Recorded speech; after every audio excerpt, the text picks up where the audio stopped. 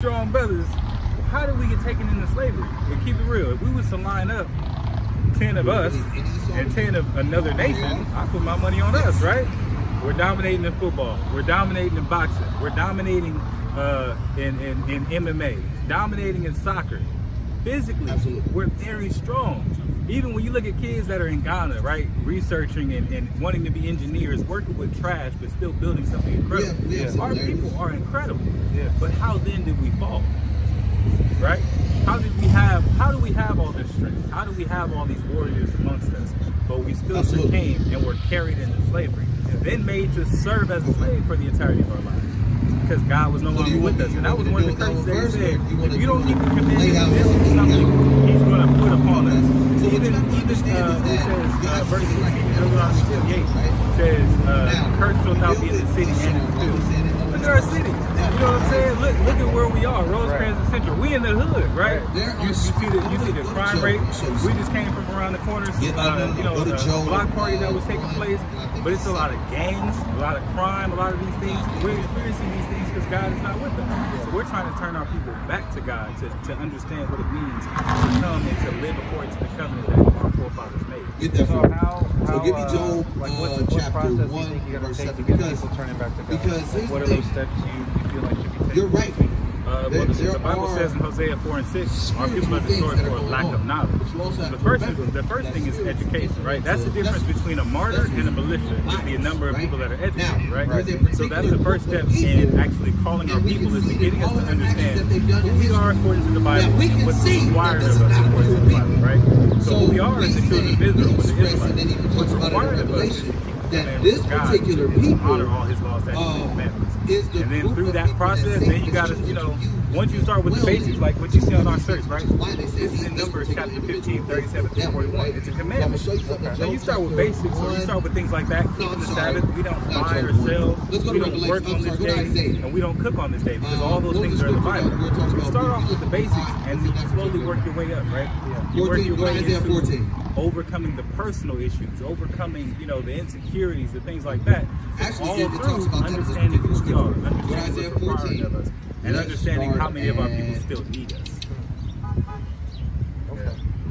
So, in terms of like what so your organization is True Nation. So, the book of Isaiah, chapter 14. So you're talking about the steps to kind of like going back, starting with the basics. So what's True Nation kind of help in bringing that about? Or help? Or kind of like what steps is True Nation taking? Because you guys are preaching now. So Exactly. This is one of the things, right? The disciples program, the same way that Christ he had apostles that were close with him, but he said he had other disciples that were followers and teachers of his doctrine. So we have disciples, which is what you see here, that we go out and we teach our people first and foremost, right? Then we have TELA, True Education Learning Academy, which is literally us educating our own children. You heard about that shooting a couple years ago in Uvalde, Texas? That's the spiritual being. That's the our children, between all the things that we're taught, we're only taught our history 1 month out of the year. A little bit of black history there, a little bit of Caesar Chavez. We get a little bit of it, but we don't understand who we really are and what value that is to learn about those things. And they don't really talk about Malcolm and the Panthers and affirmative action. They talk about turning the other cheek with Martin, right? Right.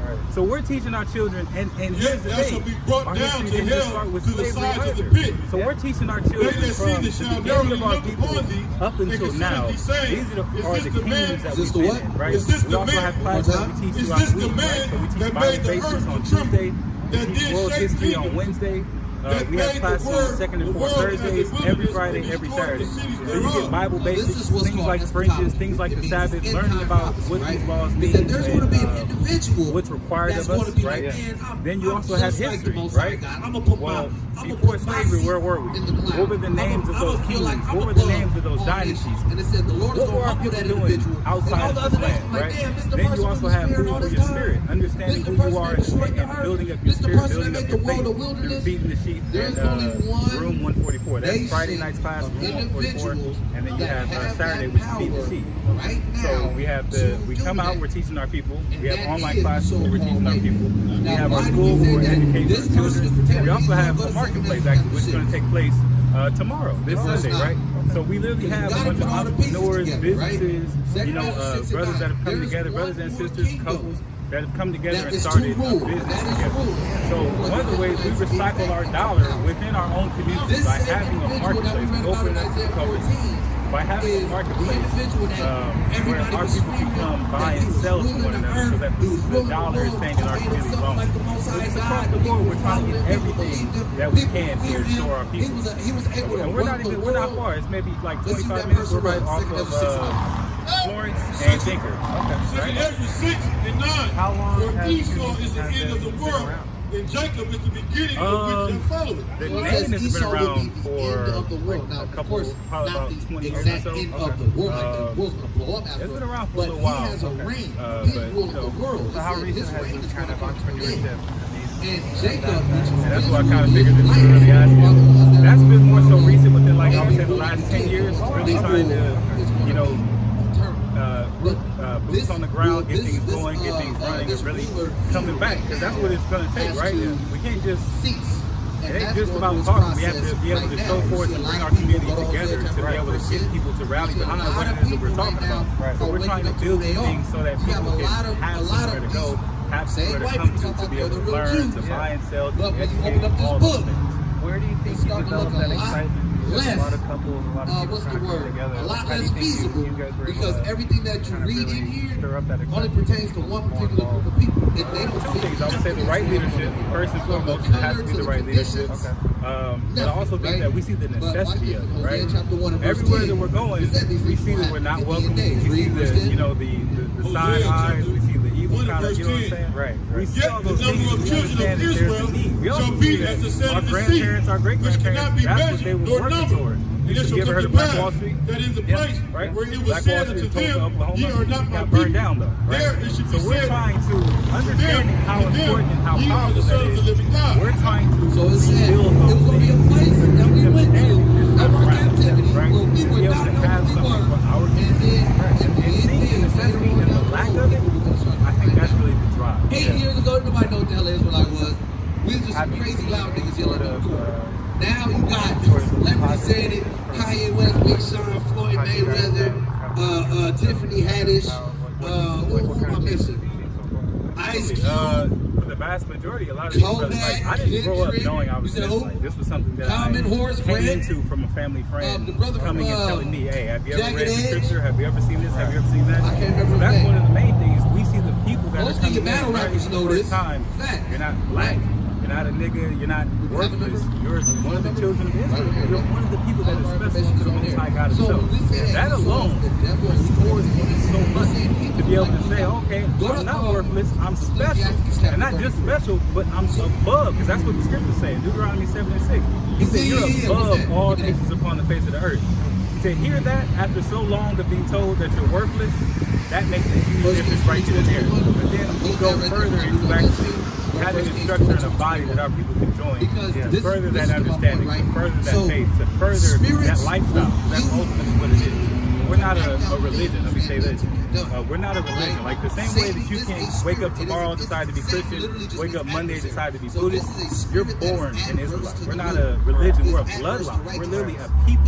So we don't call ourselves African American, Salvadorian, you know what I'm saying? We call ourselves Israelites because that's what the Most High God has called us. Oh, this why do you feel maybe that scripture First has a little impactful aspect? I know you talked about and there came forth a spirit that stood before the Lord and said, I will persuade him. And the Lord said unto him, wherewith? And he said, I will get forth, and I will speak my spirit in the mouth of all his prophets. How did that make you realize that you are? I was a wicked man. And the Lord said, you come up with a way to destroy this man because of his wickedness. Well, there are a couple of ways, right? For one, it describes some of the people of Israel. You see Job, you see Solomon, King Solomon, and you also see Christ in Revelation, right? In chapter 1, 14 through, I believe, like 16 or 17. It describes him as a dark-skinned man. That's one of the things is we have a physical description that's the same. What our people look like. That doesn't mean that all of our people are dark skinned. That you're one of our people, right? For example, you look at the time of the Greeks. That's one of the identifying factors. Another thing was the curses, right? That's one of the main identifiers that we have. If we look around our communities, well, we bless the curse. The name that came up with a holiday on Saturday. I would for sure say curse, right? Look at the way that we live it. Look at the produce we have. We don't have access to, readily available. They would have sex with one another, other men and little you got boys. McDonald's right and here. This has been the you got Tams across the street forever. And you got this is quote unquote white culture. They are known for doing gay things. Right? Go ahead. Which of these is good produce that's really going to help you, right?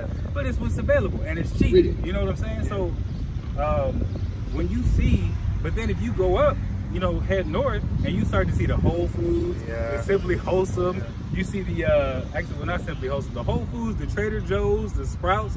You see, it's a night and day difference between the way that we're living and the way that the other nations are living. So, and one of the most important ones, right? Verse 54, it talks about the man that was tender and delicate. His eyes shall be even toward his brother. Having a hatred for one another. We walk down the street, mean mugging, right? Got a problem with somebody that you ain't said hello to, haven't had a conversation with, but we're evil and aggressive towards one another. That's a very clear identifier, but that's something that we're trying to get our people to get rid of, to embrace one another once again, because it's difficult. You grow up your whole life being betrayed, you're going to be cautious, right? You grow up your whole life going through tragedies or being stabbed in the back by those that look like you. It's going to be difficult, but it's not impossible. So we're trying to show our people that it is possible to be restored to our former glory. No matter how difficult it is, no matter how long it takes, no matter how rough the ride, it's possible. And if you stay, diligent in seeking the Most High God, eventually you will find it. That's like the biggest thing. That's honestly, even if I'm just talking about me personally, it is difficult. You know what I'm saying? It's not always something that you choose to do so much as you're chosen for, but it's something that you have to embrace nonetheless. And then you start to see the progress that gets made and the impact that's had on other people, and that's what will make you want to keep going even when you don't want to continue on. Yes, sir. All right. Well, thank you very much for your time. Absolutely, man. Nice talking to you. Can I give you a literature, a flyer? Yeah, absolutely. I was about to ask you for that.